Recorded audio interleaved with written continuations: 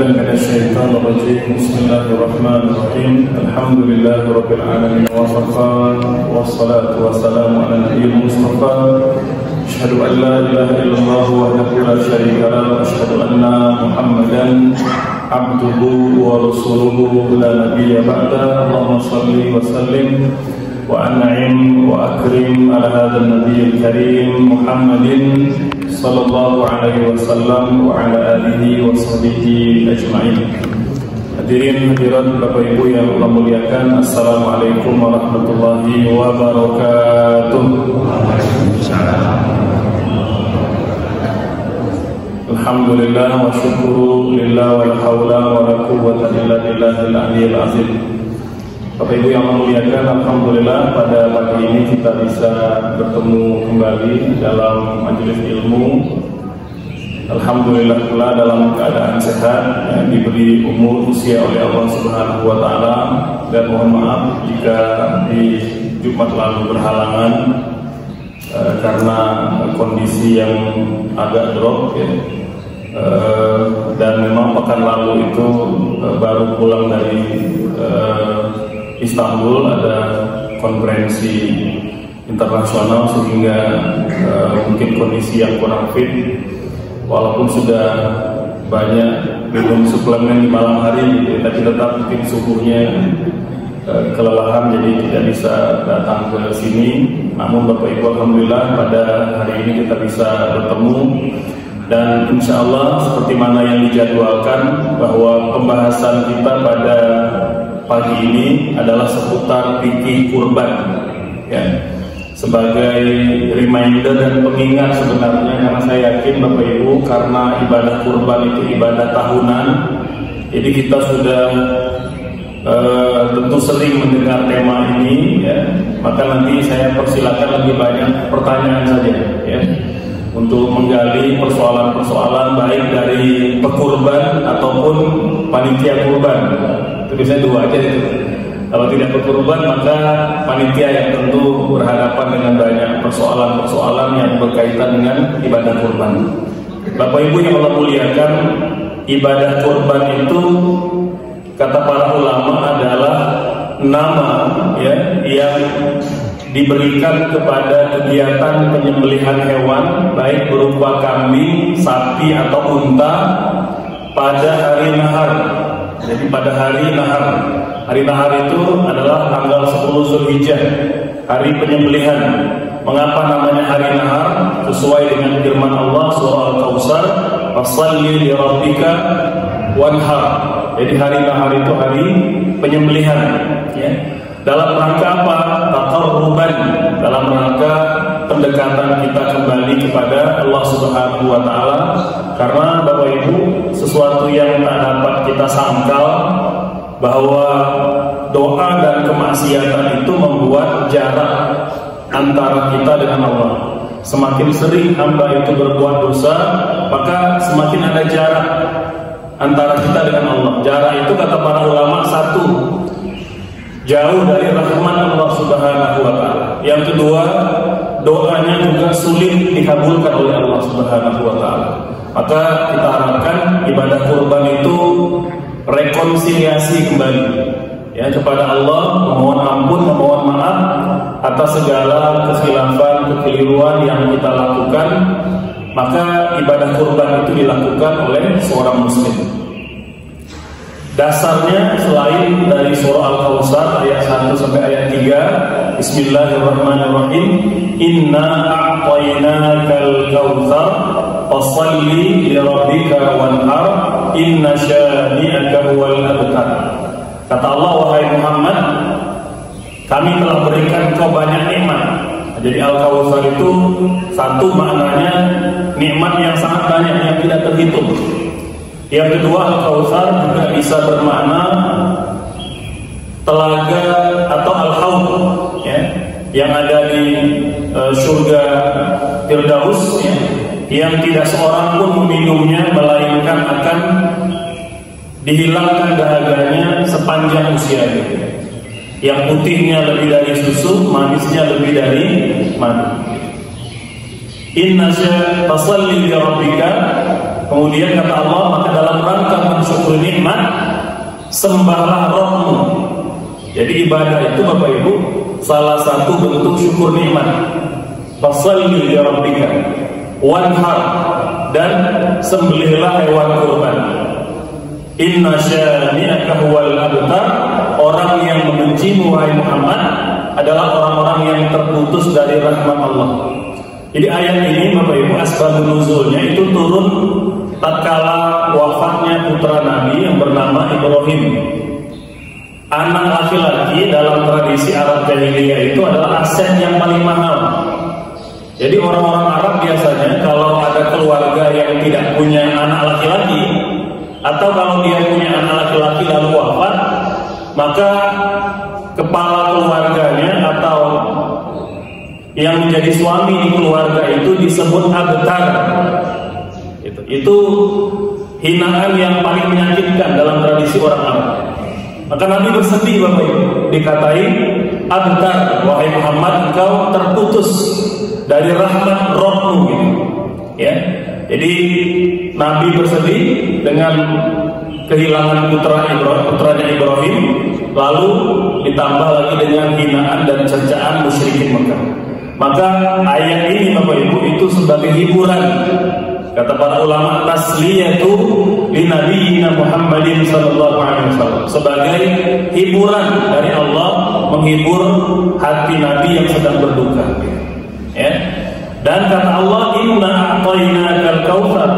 Jangan fokus kepada apa yang telah hilang, tapi coba lihat banyak nikmat Allah yang lain yang telah aku berikan kepadamu. Kata para ulama tafsir, meskipun ayat ini tertuju kepada Nabi Muhammad, tapi khitabnya am. Makanya ada kaidah tafsir, al-ibratu bi umumil lafzi, bahwa yang menjadi standar dalam ayat Quran itu adalah keumuman ayatnya, walaupun dia ditujukan khusus untuk Rasulullah. Maka seolah-olah Allah ingin mengatakan, wahai manusia, kalau Allah cabut satu nikmat, maka jangan hanya meratapi nikmat yang hilang itu, tapi lihatlah nikmat Allah yang lain, Al-Kautsar. Ya. Bapak Ibu, kita pada hari ini seberat apapun ujian kita, maka pasti ada nikmat Allah yang lain. Apakah nikmat umur, ya, nikmat sehat, atau nikmat pasangan, nikmat anak-anak, ya, nikmat pekerjaan, bahkan nikmat bertetangga dengan orang baik, itu nikmat Bapak Ibu. Banyak orang yang terpaksa menjual rumahnya itu karena tidak tahan punya tetangga yang buruk. Alhamdulillah, kalau Bapak Ibu pada hari ini kita itu punya tetangga yang baik, ya, yang selalu menolong, ya, dalam ketaatan, yang lisannya terjaga, ya, yang tidak kepo dengan urusan rumah tangga kita, ya. Maka kalau punya tetangga seperti itu nikmat Bapak Ibu. Gitu. Maka kata Allah, syukuri nikmat yang banyak. Nah, di antara bentuk tasyukur di nikmat itu, fasholli li rabbika, sembahlah Rabbmu. Jadi kalau ada orang yang tidak menjaga sholat, itu kufur nikmat. Allah telah beri banyak nikmat tapi tidak bersyukur. Kemudian wanhar, menyembelihlah hewan kurban. Mengapa menyembelih? Karena memang menyembelih itu simbol sebagai harta yang kita miliki, ya. Jadi kita menyembelih dengan an'am, dan ibadah kurban ini ibadah yang tertua, sudah ada sejak zaman Nabi Adam, betul? Sudah ada sejak zaman Nabi Adam, ya, putra beliau Habil dan Qabil, ya, ini dua anak manusia yang pertama berkurban dalam sejarah umat manusia. Walaupun ketika itu bentuk kurbannya masih umum, bisa buah-buahan, bisa sayur-sayuran, ya. Nah, kalau di masa Islam, di masa Nabi Muhammad, dia ada pengkhususan lagi, ya. Oleh sebab itu ya tidak boleh hari ini kita berkurban dengan buah-buahan, gitu ya, atau dengan sayur-sayuran, atau dengan hewan-hewan lain, ya. Nah, meskipun memang ada juga beberapa ulama yang mengatakan bagi orang-orang fakir gitu ya, orang-orang miskin gitu. Kalau tak mampu berkurban dengan kambing, sapi dan unta, itu bisa berkurban dengan ayam, berkurban dengan bebek gitu. Ada ya kalam atau akwalnya para ulama gitu, ya. Nah, ini mungkin tidak dinamakan kurban tapi lebih kepada sedekah pada musim berkurban. Maka semoga dengan dia menyembelih hewan itu, dia tetap bersyukur kepada Allah dalam kondisi apapun. Nah, begitu ya. Jadi jangan setelah ini rame-rame kurban dengan ayam gitu ya. Nah, itu bukan begitu maknanya. Makanya perlu kita memaknai kalam-kalamnya para ulama ini, mengutipnya dengan ilmu gitu. Karena biasanya kalamnya para ulama itu adalah latar belakang. Ya, mengapa dikatakan demikian, mengapa dikatakan begitu. Kemudian dari hadis Nabi, beliau bersabda, tidak ada amalan seorang hamba dikerjakan pada hari nahar, hari tasyrik, terutama bagi yang tidak berangkat haji atau belum berangkat haji, maka amal yang terbaik adalah berkurban. Makanya tidak ada syariat berkurban bagi jamaah haji, karena ibadah mereka saat ini gitu, nanti bulan pada hari-hari ibadah haji dari tanggal 8 sampai tanggal 12 atau sampai tanggal 13, itu ibadah terbaiknya adalah ibadah haji. Nah, kita yang belum berangkat atau yang tidak berangkat karena mungkin sudah berangkat haji sebelumnya, maka amal yang terbaiknya adalah ibadah kurban. Kan kita sering bertanya, Ustaz, apa amalan yang paling afdal di bulan ini? Apa amalan yang paling utama? Jawabannya Bapak Ibu sepakat para ulama tanpa ada khilaf, ibadah yang paling utama seperti mana kata Nabi, ma'amila adamiyun ya yauman nahri ahabba ilallah min ihraqid dam. Tidak ada amal yang lebih baik pada hari nahar dikerjakan oleh anak Adam melainkan menyembelih kurban. Bahkan Bapak Ibu, Nabi itu biasanya akan menyembelih kurban dengan tangannya sendiri ya, dan dikatakan dalam hadis Imam Al-Bukhari, Nabi tak pernah melewatkan 1 tahun pun melainkan beliau berkurban. Dan biasanya banyak kurban beliau. Nabi biasa kurban itu 200 ekor kambing gitu. Ya, jadi beliau sendiri menyembelih dengan tangannya sendiri. Nah, sisanya dibantu oleh beberapa orang sahabat Nabi. Nah, Bapak Ibu sekalian, Nabi bersabda, "Man wajada sa'atan falam yudhi fala yakhribanna musallana." Barang siapa Allah berikan kelapangan finansial, kebaikan ekonomi, tapi dia tidak mau berkurban di tahun itu, jangan dekat-dekat dengan musalla kami. Nabi melarang Bapak Ibu. Ya, saking marahnya kepada orang yang diberikan kekayaan, kelapangan harta, tapi tidak mau berkurban. Nah, hadis inilah yang membuat ulama berbeda pendapat. Kurban itu wajib atau sunnah? Gitu. Kalau sunnah, kenapa sekeras itu Nabi menegurnya? Tapi kalau wajib, tidak ada dalil yang secara tegas menyatakan itu. Ya, begitulah Bapak Ibu. Ini biasanya kalau dalilnya tidak tegas, maka pasti terjadi khilaf perbedaan di kalangan para ulama. Dan kata ulama, itu pasti Allah sengaja ada ayat-ayat atau hadis yang tidak tegas. Mampu tidak Allah memberikan ayat yang tegas Bapak Ibu? Sangat mampu. Ya, misalnya kata Allah ketika mengharamkan zina, la taqrabuz zina. Tegas, jangankan berzina, mendekati saja diharamkan. Gitu. Kemudian Allah mengharamkan miras misalnya, innamal khamru wal maisiru, ya, dan seterusnya, ya, itu rijsun min amali syaitan fajtanibu. Tegas. Mengharamkan riba misalnya, wa halallahu al-bai'a wa harrama riba, tegas ayat. Ya. Maka mengapa ayat dan hadis tentang kurban ini tidak tegas? Nah, disitulah rahasianya kata ulama, Allah menginginkan adanya perbedaan. Kita belajar berbeda pendapat, kita belajar menghargai perbedaan, dan boleh jadi memang ada satu pendapat cocok sesuai dengan satu kondisi, tak sesuai pula untuk kondisi masyarakat yang lain. Jadi ternyata perbedaan itu dikehendaki oleh Allah. Makanya Allah mengatakan dalam Al-Quran, walau sya'allah laja'alakum ummatan wahidah. Bahkan kalau Allah mau, Allah bisa ciptakan seluruh umat manusia agamanya sama. Kalau Allah mau, mampu tidak Bapak Ibu sekalian? Mampu. Kita umat Islam cuma tidak ada orang lain, bisa.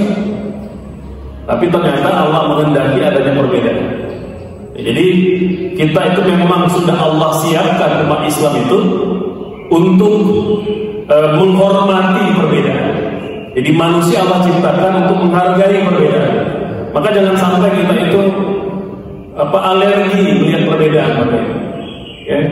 Apalagi yang berbeda itu bukan agama, cuma berbeda cara sholat, cara sujud, cara tasyahud, ya, atau cara berpakaian. Nah, kita sudah merasa bahwa cuma kita yang layak masuk surga, yang lain neraka. Nah, ini yang salah. Padahal Allah sendiri yang menghendaki perbedaan. Maka Imam Abu Hanifah itu mengatakan kurban itu wajib. Ini dalilnya kata beliau. Kalau wajib kalau tidak berkurban berdosa. Gitu, ya. Nah, tapi pendapat yang kedua, mayoritas para ulama Maliki, Syafi'i maupun Hambali mengatakan kurban tidak wajib tapi sunnah muakkadah bagi yang mampu. Artinya sunnah yang sangat ditekankan yang utama bagi mereka yang mampu. Gitu. Apa dalil penguatnya? Hadis dari Imam Al-Bukhari dan rawi-rawi hadis yang lain, kata Nabi, "Idza ra'aitum hilala Dzulhijjah wa arada ahadukum ayyudhi." Ya, kata Nabi, kalau kalian telah melihat hilal bulan Dzulhijjah dan salah seorang di antara kalian mau berkurban. Dari mana ulama menyimpulkan kurban itu tidak wajib? Dari hadis ini. Ya, kata Nabi, kalau kalian melihat hilal bulan Dzulhijjah dan tahun itu kalian ingin berkurban, maka ingin itu bukan wajib, kata para ulama, karena tidak mungkin ibadah itu digantungkan kepada keinginan manusia atau tidak. Kalau dia digantungkan pada semata-mata keinginan, berarti ibadah itu tidak wajib. Subhanallah. Jadi begitu teliti para ulama ketika membaca dalil. Ya, tidak bisa kemudian kita mentang-mentang bisa baca terjemahnya gitu ya, kita menyimpulkan sendiri, nggak bisa. Makanya kata Sufyan bin Uyainah, ya, ini ulama hadis terkemuka, ulama salaf, yang hidup di abad pertama, abad kedua, kata beliau, al-hadithu mudillatun illal fuqaha. Hadis itu Bapak Ibu, itu dapat menyesatkan orang awam kalau dia tidak punya ilmu. Ya, hadis dapat menyesatkan orang awam kalau dia tidak punya ilmu. Ya, wajar Bapak Ibu, karena dia bisa berfatwa sembarangan karena dia tidak punya ilmunya, gitu. Ya, ya seperti yang juga dilakukan oleh orang-orang orientalis ketika mengorek-ngorek kelemahan Islam, gitu. Ya, misalnya Islam tidak adil. Buktinya pembagian warisan wanita kecil bagiannya dibanding laki-laki. Ya, padahal dia tidak tahu bahwa tidak selalu wanita itu kecil bagiannya. Ya, kata ulama, bagian warisan wanita itu ada 3 kemungkinan. Bisa kecil, bisa lebih besar, bahkan jatah wanita itu bisa menghalangi laki-laki tidak dapat warisan. Subhanallah. Tapi yang dikorek itu cuma sisi itu aja. Nah, ini akibat orang jahil gitu. Ya, kemudian begitu juga ketika Nabi mengatakan kalau salah seorang di antara kalian sedang sholat, maka sholatnya batal apabila lewat di depannya yang pertama anjing hitam, ya, Yang kedua adalah wanita. Ya, maka kata orang orientalis, ini bukti Islam itu menghinakan wanita, karena wanita disamakan dengan anjing hitam. Ini akibat orang yang jahil karena dia tidak belajar ilmu hadis. Ya, bahwa konteks hadis ini dia tidak menyamakan status wanita dengan anjing hitam. Ya, tapi memang Nabi ingin mengatakan anjing hitam itu biasanya jelmaan iblis atau jelmaan jin. Maka boleh jadi dia mengganggu orang yang sedang sholat, maka bisa batal sholatnya. Yang kedua, mengapa wanita? Karena wanita, Bapak Ibu, masyarakat Arab jahiliyah itu belum waktu itu sedang belajar menutup aurat. Ya, maka biasanya mereka kalau ya, di rumah itu ya pakaiannya minim sekali. Kata Nabi, kalau suami sedang sholat, maka lewat istrinya dengan pakaian yang serba minim, batal sholatnya, karena sudah tidak fokus pada sholat. Nah, itu maksudnya Bapak Ibu sekalian. Nah, hadis-hadis yang seperti ini itu kadang-kala tidak dipahami oleh para orientalis. Makanya wajib belajar kepada para ulama, kepada orang berilmu. Nah, apa hikmah kita berkorban? Kata ulama ada 5. Yang pertama, sebagai bentuk ya ibadah kita kepada Allah, karena kurban itu perintah Allah, ya. Dan sebagai bentuk syukur nikmat. Jadi kita mensyukuri nikmat yang Allah berikan kepada kita ini, nikmat yang sangat banyak itu, dengan cara berkurban. Yang kedua, mengamalkan sunnah para nabi dan sunnah Rasulullah. Karena ibadah kurban tidak semata-mata dikerjakan pada masa Islam, tapi ibadah yang paling tua dalam sejarah manusia. Jadi kita mengikuti tradisi para nabi. Hikmah yang ketiga, amalan yang paling utama dikerjakan pada hari Nahar. Ya. Hikmah yang keempat, ibadah kurban itu menjadi ladang amal. Kata Nabi, orang yang berkurban, maka kurbannya kelak di akhirat datang dengan tanduknya, datang dengan kuku-kukunya, datang dengan setiap helai bulu di badannya, menjadi saksi kebaikan untuk orang yang berkurban. Ya. Kemudian yang kelima, meningkatkan empati dan simpati terhadap kondisi umat. Ya. Bapak Ibu, kondisi pada hari ini kita mendapat ujian, ya, di mana mungkin banyak di antara kita kaum muslimin itu yang dihadapkan dengan ujian kekurangan, ya, kekurangan pangan, ya, kekurangan segalanya, ya. Maka ibadah kurban itu diharapkan sebagai bentuk simpati kita terhadap mereka. Karena ada di antara kita yang mungkin hanya bisa makan daging ya setahun sekali, gitu, ya. Nah, kita mungkin kadang-kala kulkasnya sudah tidak muat dengan daging, gitu, ya. Nah, maka dengan ibadah kurban diharapkan kita bisa memberikan simpati kepada muslimin yang lain. Kapan kita melakukan ibadah kurban, Bapak Ibu sekalian?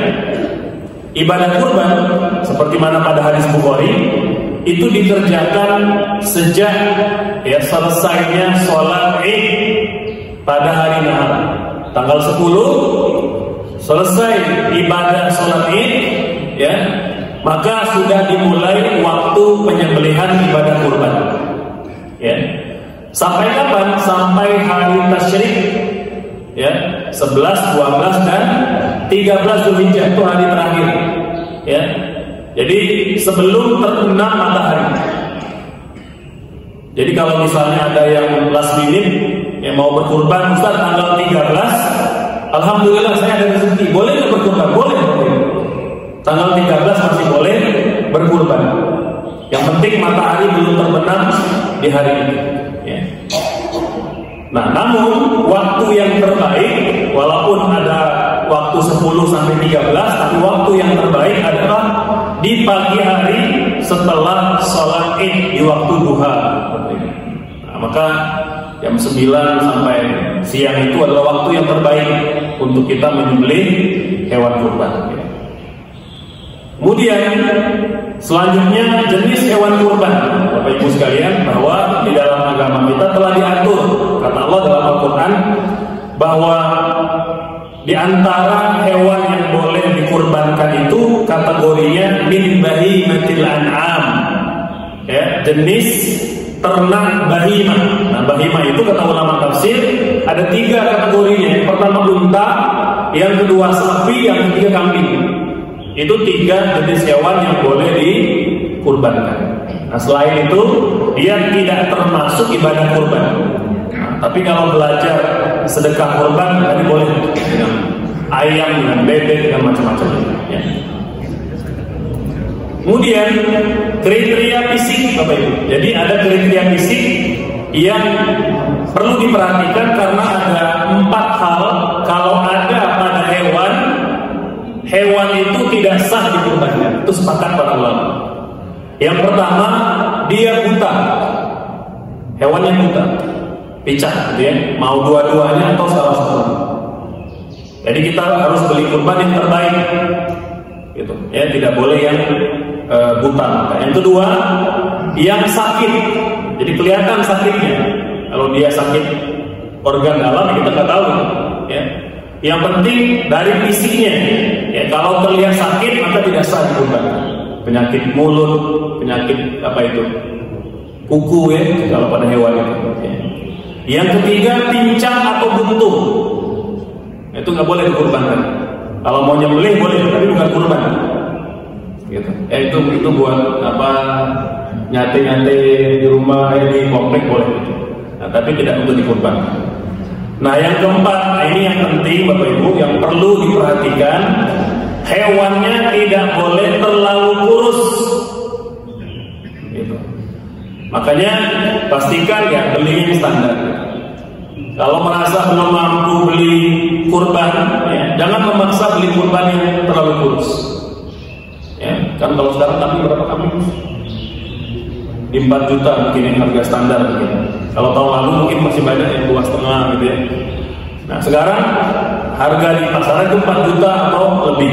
Maka jangan nyari kambing yang harga 1 juta gitu misalnya. Nah, itu terlalu kurus itu pasti Bapak Ibu sekalian. Nggak boleh, gitu, ya. Jadi pastikan kita membeli kambing yang terbaik, ya. Kemudian kriteria umur, ini penting. Kriteria umur Bapak Ibu itu sudah diuraikan oleh para ulama. Unta tidak boleh kurang dari 5 tahun. Dia harus 5 tahun, 5 tahun hijri, ya. Kalau sapi minimal 2 tahun. Kambing yang terbaik umur 1 tahun, sekurang-kurangnya 6 bulan. Dan Bapak Ibu, soal kriteria umur, nanya hukumnya atau minta fatwanya jangan sama yang jual ternak. Nanyanya ke Ustaz, nanyanya ke ulama. Ini kadang-kadang ada juga yang nanyanya ke tukang yang jual, gitu. Yang mereka mau jualan Bapak Ibu. Pak, ini boleh nggak? Oh boleh. Padahal baru 5 bulan. Nggak boleh Bapak Ibu sekalian. Ya. Nah, jadi ini perhatian bagi yang beli ternak sendiri atau panitia kurban. Ya. Nah, pastikan betul yang menjualnya amanah itu dia tahu nih. Ya. Jadi kalau penjual kurban yang syar'i gitu, dia tahu tuh. Ya. Syarat-syarat kriteria hewan ternak yang boleh dikurbankan. Jangan sampai karena ini untung dunia kita mengabaikan syariat ketentuan agama. Ustaz, mana yang lebih afdal? Sapi atau kambing? Kalau di Batu rumah yang paling banyak sapi atau kurban kambing? Kambing yang masih paling banyak ya. Nah, Bapak Ibu sekalian, mana yang lebih afdal kalau milih kurban, kambing atau sapi? Sama. Bapak Ibu sekalian, ulama punya 2 pandangan. Mengapa ada 2 pandangan Ustaz? Karena tadi tidak ada ketentuan tegas dalam agama kita. Itu. Karena Nabi pernah kurban unta, kambing atau sapi. Gitu. Walaupun kata Imam Malik, beliau memilih yang paling afdal itu kambing. Mengapa? Karena Nabi sepanjang 10 tahun di Madinah itu kurbannya kebanyakan kambing, kata dia. Nah, begitu sebelum dia menyimpulkan begitu. Karena Nabi nggak pernah ngomong, tapi dia menyimpulkan, dihitung dari 10 tahun, 10 kali Nabi berkurban, Nabi lebih sering kurban dengan kambing. Oh, berarti lebih afdal kambing. Imam Syafi'i, Imam Ahmad Ibnu Hanbal dan ulama umumnya mengatakan oh tidak begitu. Yang paling afdal itu apabila dagingnya paling banyak, karena paling banyak penerima manfaatnya. Maka yang paling afdal unta, nomor 2 sapi, baru kambing yang terakhir. Nah, begitu. Jadi maka tidak ada masalah kalau kita berniat ya Allah, saya niat tahun ini kurban kambing karena menurut saya ini yang paling afdal, boleh. Insya Allah mendapatkan pahala sebagaimana keyakinannya. Begitu pula yang yakin bahwa yang lebih banyak dagingnya yang paling afdal, boleh. Karena masing-masing bersandar kepada ijtihad para ulama yang memang layak untuk berfatwa. Baik, berikutnya Bapak Ibu sekalian, kurban itu apakah harus yang jantan atau boleh hewan yang betina? Boleh nggak yang betina, Bapak Ibu? Boleh apa tidak ini? Kemarin saya ceramah kurban itu serentak jamaah Ustaz, tidak sah Ustaz, wajib jantan. Apakah benar bahwa kurban itu wajib hewan jantan atau tidak? Jawabannya tidak, ya. Jadi hewan ternak itu untuk dikurbankan boleh jantan, boleh betina.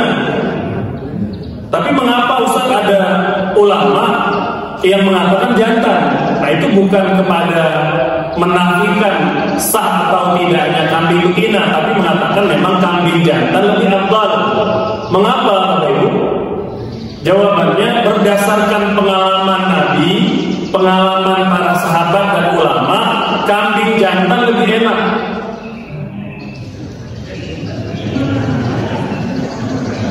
Karena kurban itu harus yang terbaik, maka yang paling enak dikurbankan. Nah, begitu kira-kira. Tapi jangan salah, kata Imam Nawawi, meski jantan itu lebih enak, kambing betina itu lebih lembut tekstur dagingnya.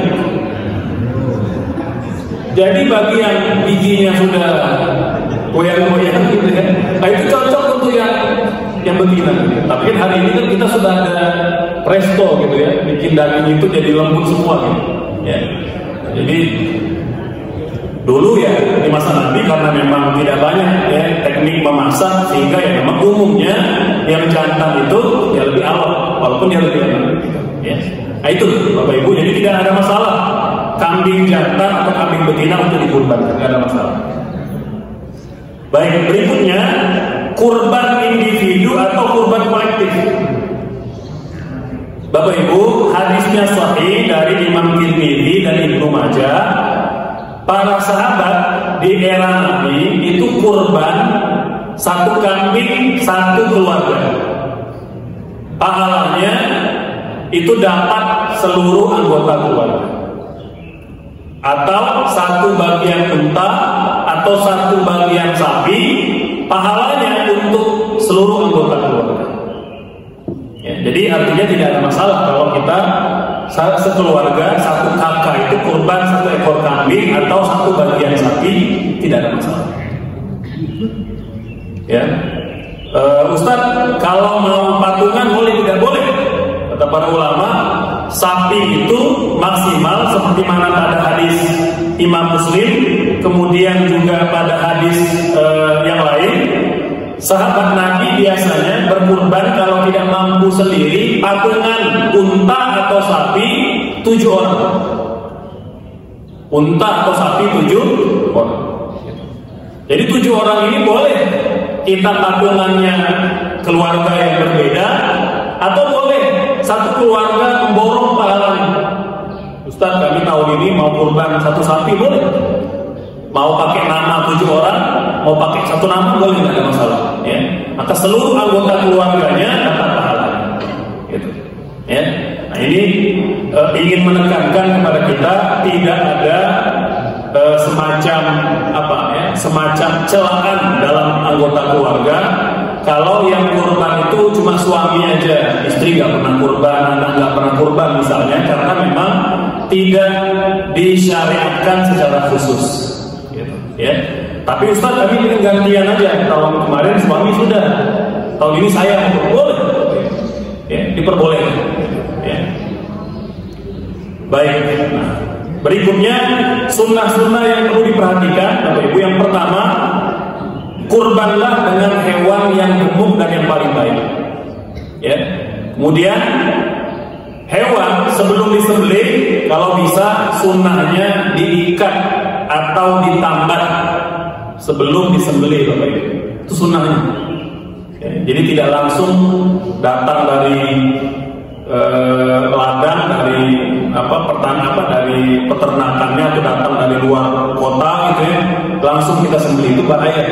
Ya, pertama memang ternyata lembu, kambing, unta itu ternyata di antara hewan yang paling mudah stres, Bapak Ibu. Makanya hikmahnya mengapa kita disunahkan menambat atau mengikatnya biar dia reda emosi dan kemarahannya gitu. Bapak Ibu, kambing, sapi atau unta itu tidak punya akal, tapi dia punya perasaan. Dia punya perasaan, dia punya idrak, ya, punya idrak. Makanya kan terlihat seperti ada sapi yang menangis. Itu betul, Bapak Ibu. Itu betul. Ya. Makanya kata ulama, sunnah nyembelih hewan itu jangan di depan hewan yang lain. Mereka melihat, Bapak Ibu. Mereka melihat. Ya, makanya ada unta di masa Nabi yang mengeluh karena disiksa majikannya. Subhanallah, karena mereka punya perasaan, walaupun tidak punya akal, gitu. Ya. Kalau dia punya akal, dia sudah bisa ikat itu, sudah bisa buka ikat atau ikatan talinya bisa lari, gitu. Karena dia tidak punya akal, ya diam situ aja. Gitu. Berikutnya, nah bagi yang berkurban, Bapak Ibu, ya, bagi yang berniat kurban, walaupun uangnya belum kumpul, uangnya belum store kepada dia, tapi sudah ada niat kurban. Maghrib tanggal 1 Zulhijjah, ini tanggal berapa sekarang? 1 belum? Hah? Belum ya? Oh ya, sudah akhir-akhir Zulqa'dah ya. Nah Bapak Ibu, maghrib tanggal 1 Zulhijjah bagi yang berniat kurban, mau suaminya atau mau istri yang berkurban, mau anak, siapapun yang mau berkurban, mulai maghrib tanggal 1 Zulhijjah kata Nabi, pala yang musikan min sya'rihi wa azfarihi syai'an. Jangan potong rambut dan jangan potong kuku dan bulu-bulu yang ada di anggota badan. Nah ini kata ulama, rambut dan bulu di tubuh berkurban, bukan bulu kurbannya. Begitu ya. Jadi ada yang memahami tidak memotong bulu kurban. Emang kenapa memotong bulu kurban? Nggak ada kaitannya. Jadi yang dimaksud adalah kata Nabi, sunnah bagi yang mau berkurban tidak motong rambut di kepala, tidak motong apapun itu di tubuhnya termasuk kuku, itu sampai hewannya disembelih. Nah begitu. Ya, sampai hewannya disembelih. Kemudian gunakan pisau yang tajam, ya. Kemudian ketika menyembelih menghadap kiblat dan membaca basmalah dan berdoa tatkala kita menyembelih. Terakhir sekali Bapak Ibu sekalian, hewan kurban itu ada 2 kategori, ada hewan kurban sunnah, ada hewan kurban nazar. Kalau hewan kurban sunnah, maka yang berkurban disunnahkan makan sedikit atau mengambil sedikit dari bagian kurban. Kalau hewan kurban nazar, kata ulama dia tidak diambil sedikit pun, tapi diberikan seutuhnya untuk kaum muslimin. Ya. Baik, demikian Bapak Ibu, maka kita persilakan barangkali ada pertanyaan dari Bapak Ibu, silakan. Ya, maka dari mana dulu? Ya, maka Ibu silakan. Halo, siapa itu yang mau nanya? Assalamualaikum warahmatullahi wabarakatuh. Izin bertanya Pak Ustadz, apakah kita boleh mengkurbankan orang yang telah atas nama orang yang telah meninggal, pamannya ada ibu gitu? Terus yang keduanya, seandainya ini kan umpamanya di lingkungan satu rumah, nah ada pembagian untuk tetangga-tetangga yang ya warga itulah dari kurban itu. Apakah itu diperbolehkan juga? Sekian, terima kasih. Pembagian kurban untuk warga. Iya. Dan mungkin bagiannya tuh kalau seandainya boleh harus berapa gitu, jangan sampai umpamanya kita menginginkan hak orang lain gitu Pak. Terima kasih atas jawabannya. Assalamualaikum warahmatullahi wabarakatuh. Waalaikumsalam warahmatullahi wabarakatuh. Baik, Bapak Ibu yang Allah muliakan, kita langsung jawab. Yang pertama, kurban untuk orang yang wafat. Ya, kurban untuk orang yang wafat, ulama punya dua pandangan. Seperti mana amal soleh secara umum, boleh nggak sedekah untuk orang yang telah wafat? Boleh nggak puasa untuk orang yang telah wafat? Boleh nggak haji untuk orang yang telah wafat?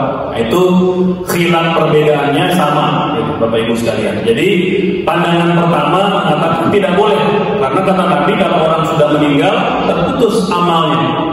Nah, itu pendapat yang pertama. Nah, pendapat yang kedua mengatakan sampai. Ya, karena kata Nabi meskipun orang meninggal terputus amalnya, tapi ada beberapa jenis amal soleh yang bisa dikerjakan.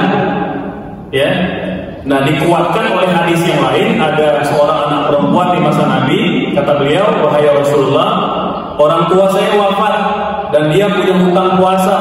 Apakah saya mengqadha'nya? Kata Nabi, iya, berpuasa untuk orang tua. Di hadis yang lain ada seorang anak perempuan pula, kata beliau, ibu saya berniat haji di masa hidupnya tapi keburu wafat. Apakah saya menghajikannya? Kata Nabi, haji anha, hajikan ibumu. Nah, hadis-hadis yang serupa inilah yang menjadi dasar. Pendapat yang kedua mengatakan berarti ada amal-amal tertentu yang boleh kita hadiahkan kepada orang yang telah wafat, termasuk ibadah kurban. Ya, jadi saya pribadi memilih pandangan yang boleh dan sah, gitu. Walaupun tetap kita hargai pendapat yang berbeda. Ya, jadi seperti mana khilaf yang juga terjadi pada ibadah-ibadah lain. Maka Bapak Ibu yang mungkin tidak memakai pendapat itu, ya tidak ada masalah, amalkan itu diri sendiri. Tapi kita menghargai pendapat orang lain yang mengamalkan.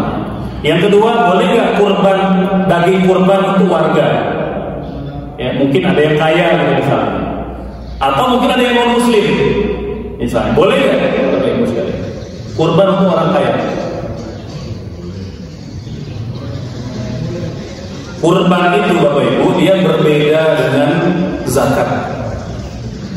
Kalau zakat itu memang sasaran utamanya fakir miskin. Kalau kurban itu kebersamaan. Kurban itu kebersamaan. Makanya kata Nabi, ketika sahabat bertanya bagaimana cara membagi daging kurban, Nabi jelas kalimatnya. Kulu, makan-makanlah kata Nabi. Jadi makan-makan Bapak Ibu. Maka kita kadang bikin masak barang itu Nabi yang perintahkan. Makan-makan kata Nabi. Cara pertama membagikan kurban pertama dengan cara makan-makan. Silakan mau di komplek, mau di masjid, mau di RT RW tertentu boleh. Yang kedua, wa at'imu, dan berilah fakir miskin makan. Baru nanti yang kedua. Jadi lebih luas lagi gitu. Ya, wa at'imu gitu. Nah, yang pertama itu kan makan-makan. Yang makan-makan itu kan ada orang kaya pasti. Bapak Ibu, kurban itu dilakukan pada sejak masa Nabi. Dan banyak sahabat Nabi itu orang kaya, Bapak. Mereka pun makan daging kurban. Walaupun mereka tidak berkurban misalnya. Ya. Jadi kurban itu berbeda dengan zakat. Ya. Jadi dia boleh dimakan oleh siapapun, termasuk non muslim. Bapak Ibu, bahkan Nabi itu dia memberi makan, memberi zakat, memberi kurban itu kepada begal-begal bahkan non muslim di sekitar Madinah. Apa tujuannya? Untuk mengamankan umat Islam. Karena begal kalau dia lapar dia nyerang kita kan. Maka amankan perutnya. Maka boleh jadi mungkin di lingkungan kita ada yang begitu. Nauzubillah. Kalau ada ya kita lembutkan hati mereka dengan kurban itu. Bahkan boleh jadi orang bisa masuk Islam lantaran sedekah kurban. Jadi boleh, kata ulama, kurban itu untuk non muslim namun tetap lebih prioritas yang muslim. Kalau kita tahu di lingkungan kita ada fakir miskin yang muslim. Jadi yang ketiga kata Nabi, wadakhilu, sebagian boleh disimpan. Maka untuk pekurban boleh simpan. Ya. Berapa kilo Ustaz? Silakan. Tapi jangan semuanya. Yang namanya pekurban dia kasih orang gitu. Kalau nyimpen di kulkas sendiri ya itu mau jualan. Nah, jadi boleh selama ya jumlah atau timbangannya wajar. Gitu Ibu ya, semoga aja. Maka barangkali ada yang lain. Dan maka Ibu silakan. Terima kasih. Saya mau bertanya tentang kriteria jenis hewan kurban. Tadi Pak Ustadz menjelaskan bahwa jenis hewan kurban itu pertama unta, dua sapi, dan ketiga kambing. Nah, bagaimana kalau di kita di Indonesia sapi itu misalnya di Bali itu kan tidak boleh karena dikeramakan kalau sapi, diganti dengan kerbau. Kalau kerbau itu termasuk diperbolehkan atau termasuk sedekah kurban. Terus yang kedua, bolehkah kurban atas nama perusahaan? Terima kasih. Ya, yang pertama kurban kerbau, apakah boleh atau tidak, gitu ya? Karena ada beberapa kota, provinsi, bahkan negara, nah, seperti India. Nah, India itu nggak boleh kurban sapi, gitu ya. Kalau ada yang berani bisa disembelih oleh orang Hindu India, gitu ya. Karena sapi itu dewa bagi mereka, ya, bahkan Tuhan bagi mereka. Nah, maka dalam kondisi itu kita boleh ganti dengan hewan ternak lain. Bisa hewan dari jenis yang sama. Itu kan kerbau sapi itu kan masih satu keluarga. Ya, dia masih satu kalau istilah biologi itu satu ordo gitu ya. Dia masih satu kelas gitu, ya. Seperti kambing kan ada jenis kambing, biri-biri, kibas, ya. Nah, itu banyak ada yang bertanduk, ada yang tidak bertanduk gitu ya. Bahkan nanti ada yang blasteran gitu yang disilang kawin itu antara kambing Australia dan kambing lokal gitu. Itu nggak banyak ya. Jadi intinya Bapak Ibu sekalian, selama dia masih pada kategori yang sama boleh gitu ya. Nah, jadi tidak boleh kalau berbeda. Yang kedua, boleh nggak kurban atas nama perusahaan gitu ya. Bapak Ibu sekalian, ini tentu belum pernah dilakukan pada masa Nabi, pada masa sahabat, dan pada masa salaf gitu ya. Nah, sehingga memang ulama menyarankan sedekah itu boleh saja dari perusahaan, dari instansi tertentu. Tapi nanti kalau bisa ada alamatnya kurban itu. Ada diberikan ke siapa hadiah? Dihadiahkan kepada satpam gitu misalnya. Jadi kurban perusahaan atas nama fulan boleh pemilik. Jadi pemilik perusahaan dapat pahalanya, pekurban dapat pahalanya, sehingga nanti sunnah pekurban itu dapat diamalkan. Berarti kan satpam yang tidak potong rambut, tidak potong kuku. Kalau perusahaan berarti apakah seluruh perusahaan tidak potong rambut, tidak potong kuku gitu ya? Enggak begitu. Ya, jadi sama juga kan kita punya tradisi di sekolah-sekolah kita, anak TK gitu ya, SD gitu ya. Itu kan ada patungan juga 30 orang beli kambing ya. Nah, itu kan Bapak Ibu praktek seperti itu kan belum pernah ada di masa Nabi. Maka dia tidak bisa dikatakan kurban, tapi boleh mendidik anak-anak belajar berkurban. Maka saya sering sarankan sekolah, instansi mau apapun itu nama sekolahnya, boleh patungan 30 anak beli kurban, tapi nanti kurbannya dihadiahkan. Misalnya ke yang suka bantu bersih-bersih di sekolah gitu. Nggak apa-apa gitu ya. Jadi dia mengamalkan sunnah-sunnahnya. Nah, anak-anak dan orang tua yang jadi donaturnya dapat pahala juga. Begitu ya. Jadi tetap kemudian kita sarankan ada nama atas nama kurban yang disembelih. Jadi tidak umum seperti perusahaan. Wallahu ya. Maka barangkali dari Bapak ada yang mau nanya, silakan. Dari panitia kurban, boleh? boleh.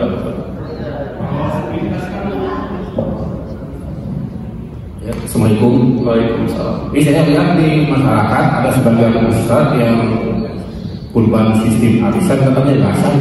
Padahal kita pernah bersama dengan patungan gitu. Apa ada gitu? Kurban arisan. Ya, enggak apa-apa kelas. Ya. Baik, terima kasih Ustaz.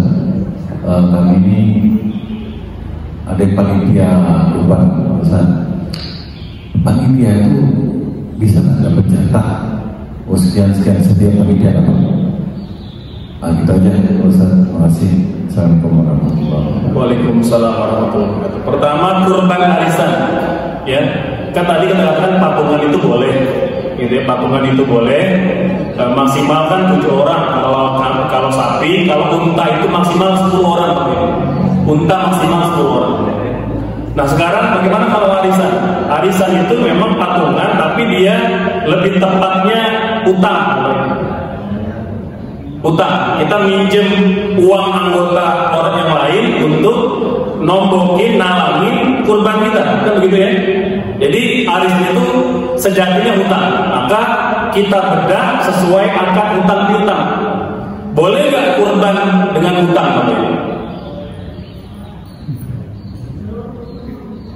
Sama juga, boleh nggak haji berhutang? Kan sekarang ada dana kalangan haji itu. Umroh hutang.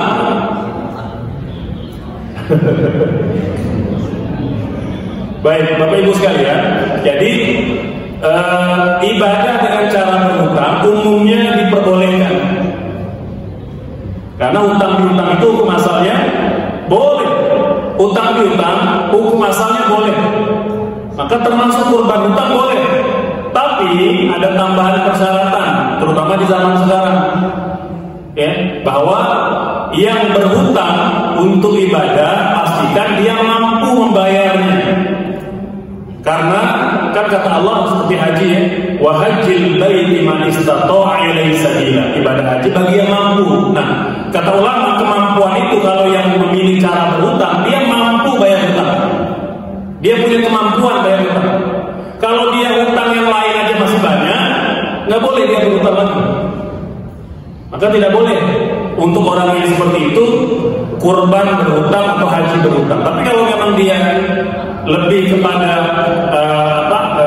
dia mampu membayar tapi tidak bisa membayar secara langsung, itu boleh.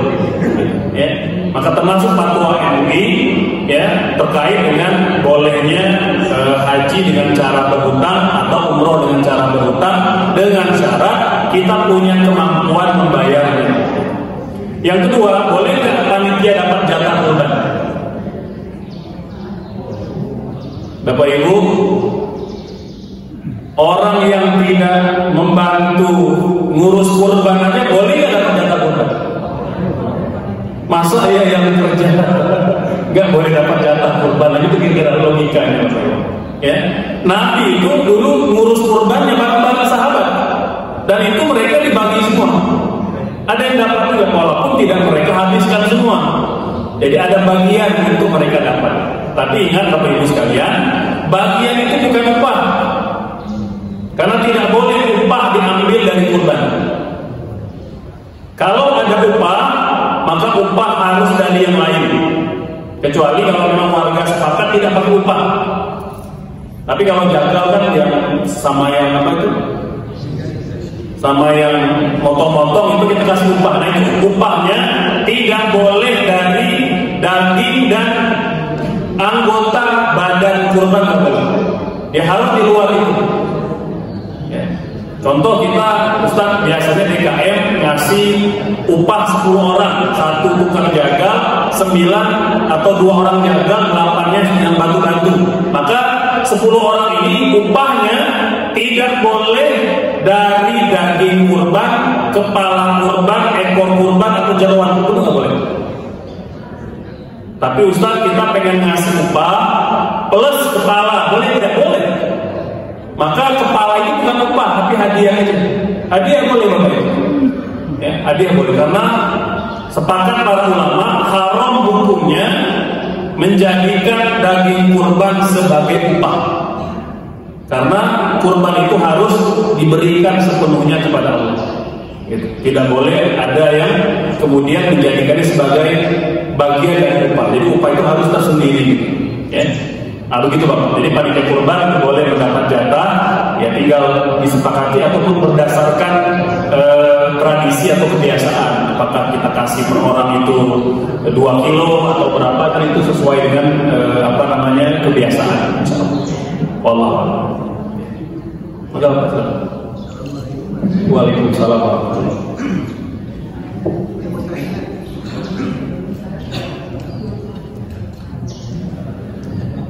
Assalamualaikum warahmatullahi wabarakatuh. Biasanya kan kurban itu harus dibagi habis ya. Nah ini masalahnya dengan kulit. Kadang-kadang ada sebagian yang kulitnya itu dijual ya, gitu. Nah itu uangnya itu gimana gitu? Itu aja mungkin. Assalamualaikum warahmatullahi wabarakatuh. Waalaikumsalam warahmatullahi wabarakatuh. Ustaz, tadi di paparan Ustaz pertama itu ada orang yang mungkin setahun sekali makan daging gitu. Tapi di paparan lain Ustaz mengatakan sekitarnya bahkan orang kaya itu yang diperbolehkan. Lalu kemudian di masyarakat itu ada pendapat yang sepertiga untuk mukorin, sepertiga untuk panitia, dan sepertiga untuk fakir miskin. Apakah dalilnya ini jelas atau yang di kitab kita ini ada 3 yang bisa, yaitu ada yang dipakai untuk makan-makan dan sebagainya. Karena di kita ini menjadi tradisi besar. Ada yang merasa jadi panitia, ya sebebasnya saja saya menjadi panitia bisa ngambil apa saja gitu. Ini ada oknum, bukan semua panitia gitu. Sehingga yang tidak disadari karena saya merasa panitia terus ngambil ya, manto ambilkan ininya tanpa sekatan panitia yang lain gitu. Maka kemudian pengelola atau bedaan yang 1/3 seperti ini menjadi hak atau menjadi ukuran yang tadi boleh dipakai untuk makan-makan itu yang mana, yang sisa apa dan sebagainya. Kemudian panitia memang itu dia bekerja dan kemudian, tapi tadi oknum ini tidak bisa dicegah gitu. Sehingga lebih banyak kemungkinan dibawa untuk pribadi dibandingkan untuk misalnya dibagikan sepertiga lainnya untuk misalnya nyebar. Yang tadi Ustaz sampaikan bahwa ada yang bisa setahun sekali makan daging dan sebagainya. Apakah lebih berhak dan panitia ataukah lebih berhak kepada fakir miskin, walaupun misalnya Ustaz tidak ada dalam kurban, tidak sama pembagiannya dengan seperti misalnya zakat dan sebagainya seperti itu. Karena kondisi di kita kan tidak ini. Dan kalau dilihat di kondisi di metro barangkali kalau saya melihatnya kan tidak mungkin setahun sekali orang misalnya, walaupun mungkin ada gitu. Apakah lebih fokus kita kepada tadi untuk makan bersama-sama itu, ataukah tadi misalnya kita untuk fakir miskin ataupun dua apa dan sebagainya?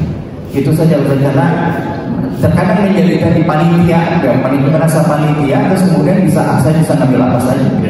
Itu terima kasih Ustaz. Assalamualaikum warahmatullahi wabarakatuh. Baik, Bapak Ibu sekalian, bagaimana dengan kulit, gitu ya, Bapak Ibu sekalian. Memang kalau bisa seluruh bagian kurban itu terbagi habis, gitu ya, terbagi habis. Kalau di desa atau di sebagian masyarakat yang bisa mengolah kulit atau kepala itu bakal habis. Cuma kita kan di perkotaan itu sudah jarang yang mau mengolah kepala, kaki atau kulit gitu. Jadi banyak yang terbuang gitu ya. Nah, jadi kalau bisa diolah habis itu bagus, itu yang terbaik gitu. Jadi tidak ada yang kita jual. Itu pendapat yang paling selamat gitu, ya. Tapi tadi dalam kondisi memang tidak ada yang bisa mengolahnya gitu.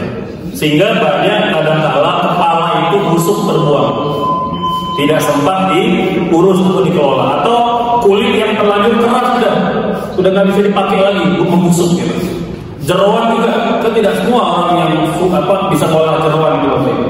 Ada yang beberapa daerah itu ya karena nggak bisa mereka buang aja, padahal itu kan kalau bisa diolah itu luar biasa gitu, ya. Nah, oleh sebab itu kata para ulama, mimbar ya sebagai bentuk sebagai bentuk optimalisasi agar tidak ada yang terbuang mubazir catatan. Yang pertama, memang dia tidak boleh dijual. Itu prinsip utama Bapak. Itu sepakat para ulama. Tidak boleh dikomersilkan. Nah, tapi dalam kondisi tadi menghindari pemubaziran, ya, pemubaziran, maka beberapa organ kurban itu boleh dijual. Satu, hasil penjualannya disalurkan kembali kepada fakir miskin atau kepada masyarakat dalam bentuk mungkin beli beras atau beli minyak gitu, ya.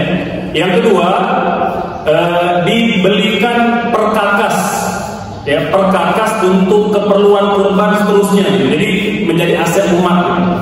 Ya, mungkin karena kita selalu tidak punya pisau, gitu ya, kalau menginjak punya warga, ini misalnya nih ada peralatan di masjid jadi wakaf, itu dibeli dari hasil penjualan kulit kurban, itu boleh Bapak ya. Yang penting tak boleh jadi milik pribadi kalau memang kita pengen jadi milik umat, gitu. Nah, itu diantara pengolahan kulit, gitu ya. Nah, itu terkait dengan dijual. Yang kedua, tadi ya, terkait dengan pembagian, apakah harus dibagi sepertiga? Kalau kambing itu 30 kilo, 10 kilo untuk kurban, 10 kilo untuk, apakah harus seperti itu atau tidak? Nah, Bapak Ibu sekalian, tadi kan hadisnya kan kata Nabi, kulu wa at'imu wa dakhilu, makan-makanlah, bagikanlah kepada masyarakat, dan yang ketiga boleh disimpan. Nah, dari hadis ini Imam Malik itu kan memang beliau alirannya tekstualis. Dia ingin mengamalkan hadis Nabi itu ya seperti mana aslinya. Kata beliau, ya Nabi makan begitu ya, berarti dibagi 3, kata beliau. Kalau kambing 10 kilo, berarti 10 kilo untuk yang kurban, bawa pulang ke rumah. 10 kilo untuk dimakan-makan, 10 kilo lagi untuk dibagi-bagikan. Nah, begitu ya. Nah, pendapat Imam Syafi'i, Imam Ahmad dan lain-lain mengatakan tidak harus dibagi 3, tetapi ada proporsi ketiga tadi, walaupun tidak sama beratnya. Contoh untuk kurban dikasih sekilo aja, ya. Lebih banyak untuk dibagi-bagikan, itu boleh begitu, ya. Nah, bagaimana kalau ada orang yang oknum ngambil terlalu banyak, ya? Tadi Bapak Ibu sekalian, prinsipnya kan kurban itu boleh untuk siapa saja. Tapi tetap tadi saya katakan catatannya, prioritas tetap fakir miskin diutamakan, gitu ya. Nah, kan kalau kita udah biasa makan daging, gitu, ya, intinya kita bisa beli, gitu ya. Jarang lah kita mungkin kelaparan karena makan daging. Tapi ada orang yang mungkin jarang makan daging, gitu ya. Maka kita berbagi kebahagiaan. Oleh sebab itu, ya bagi panitia, gitu ya, ya ambillah sewajarnya, gitu. Makanya dibuat kebijakan yang wajar. Misalnya untuk panitia kita boleh maksimal ambil misalnya 1 kilo, 2 kilo, atau memang ada kita siapkan. Contoh misalnya dari sekian ratus kilo daging kambing dan sapi yang telah kita potong-potong hari ini, ada alokasi untuk panitia. Bisa begitu. Dan itu Bapak Ibu sebenarnya, mohon maaf ya, satu sisi jangan kita ngatur jatah panitia, bukan begitu kalimatnya. Itu bagian dari sunnah membagi-bagikan kurban, karena panitia juga layak mendapatkannya. Yang tidak membantu aja layak, apalagi yang membantu, gitu kira-kira. Jadi kalau kalimat jatah itu seolah-olah kayak seperti upah, ya. Baca dia bukan upah, ya. Jadi kan Bapak Ibu kalau duduk di rumah aja layak dapat kurban itu. Masa ya yang datang ke masjid, gitu ya, yang rela berjam-jam nungguin itu tidak ada kebersamaan, karena memang daging kurban itu tidak boleh jadi upah, maka tidak jadi upah dia, tapi sebagai kebersamaan saja, maka tentu itu terpenuhi. Yang kedua juga tadi, artinya ya mungkin himbauan untuk kita semua Bapak Ibu bahwa kurban itu kan titipan, amanah. Jadi kita harapkan kita mengambil sewajarnya saja. Bahkan mungkin kalau kita tahu dengan kata istri, Kang, di rumah alhamdulillah sudah ada 5 kilo daging, maka nggak perlu ngambil, jangan sampai penuh kulkas dengan daging, ya. Saya Bapak Ibu pengalaman panitia kurban di Malaysia itu sulit nyari orang yang mau terima kurban. Pengalaman itu. Jadi kadang-kala saya punya kulkas ekstra di rumah bukan mau numpuk daging, mau membagi-bagikan secara bertahap. Karena kalau dibagikan pada hari nggak ada yang mau terima. Ya, itu luar biasa mereka. Jadi itu yang kita patut tiru Bapak Ibu. Ya, satu sisi yang positif yang kita patut tiru. Jadi mereka tuh wajarnya ngambilnya gitu. Ya. Nah, jadi nyimpan sewajarnya gitu ya. Dan Nabi pernah Bapak Ibu ya, itu sampai berpesan kepada para sahabat, jangan simpan daging lebih dari 3 hari. Itu kata ulama bukan mengharamkan, maksudnya kalau kita nyimpan itu dalam jumlah yang wajar, tidak berlebihan boleh, tapi jangan sampai menumpuk-numpuknya, padahal masih banyak orang yang mungkin memerlukan. Walaupun itu mungkin jatah kita, dari tetangga ngasih, RT sebelah ngasih, apalagi ustaz tapi udah masalah.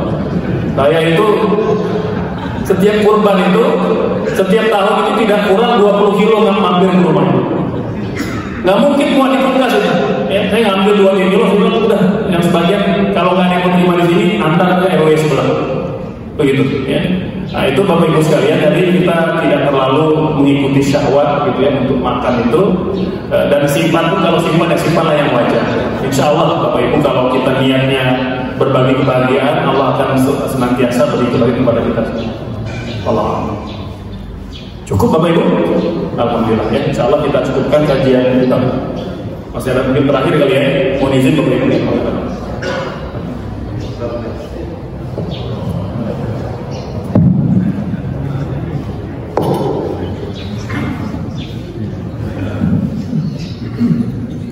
Assalamualaikum warahmatullahi wabarakatuh.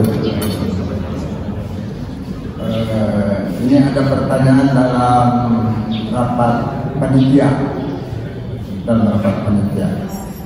Nah, ada yang kurban kambing, kemudian ada bagian mukmin.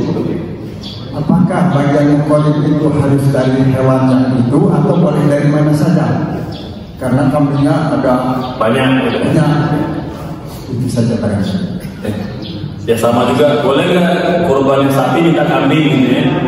Atau kurban kambing minta sapi gitu ya? Baik, Bapak Ibu sekalian, kalau bisa dipisah. Kalau mampu dilakukan. Misalnya jelas nih ada 20 ekor gitu, berarti kan 20 grup gitu. Maka nanti kita detail bahwa ini kambing dari keluarga bulan, berarti mereka makan dari kurban gitu ya. Nah mengapa di masa Nabi tidak kesulitan? Karena rata-rata waktu itu tidak ada panitia kurban gitu ya. Di masa Nabi nyembelihnya masing-masing, jadi nggak mungkin tertukar. Hari ini kita rata-rata nggak bisa nyembelih, mengamanahkan kepada panitia ya dengan segala keterbatasan Bapak Ibu. Kadang yang bisa janggal itu ya kita nggak punya keluarga yang mengambil dari luar. Nah karena kesulitan itulah maka kata para ulama boleh ngambil dari mana saja. Ya, jadi lebih kepada kondisi yang tidak memungkinkan Bapak Ibu. Bayangkan 30 ekor kambing, itu nggak mungkin kita kasih stempel dagingnya gitu. Ini untuk bapak sentuh karena kesulitan. Gitu.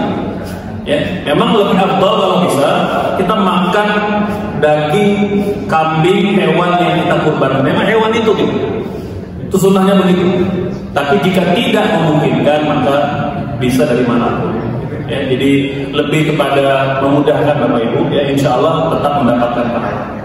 Nah termasuk juga Bapak Ibu sekalian, boleh nggak tiap kurban kambing minta sapi atau sebaliknya? Ya. Bapak Ibu, yang pertama kan prinsipnya kita makan daging hewan yang kita kurbankan. Jadi kalau sapi ya makan sapi juga kan gitu. Tapi tadi artinya kan tidak selalu bisa ideal. Boleh nggak minta yang lain? Kalau itu telah menjadi tradisi, menjadi kesepakatan di komplek masyarakat kita dan panitia tidak kesulitan menyediakannya selama masih ada, boleh, nggak ada masalah. Gitu, ya, selama masih ada. Yang tidak boleh kalau memaksakan kehendak. Pokoknya kalau saya nggak dapat kambing, saya nggak bakal kurban tahun depan. Nah itu nggak boleh. Ya. Nah, jadi lebih kepada menyesuaikan kondisi aja jika mungkin. Gitu Bapak. Baik, demikian Bapak Ibu, semoga bermanfaat. Assalamualaikum warahmatullahi wabarakatuh.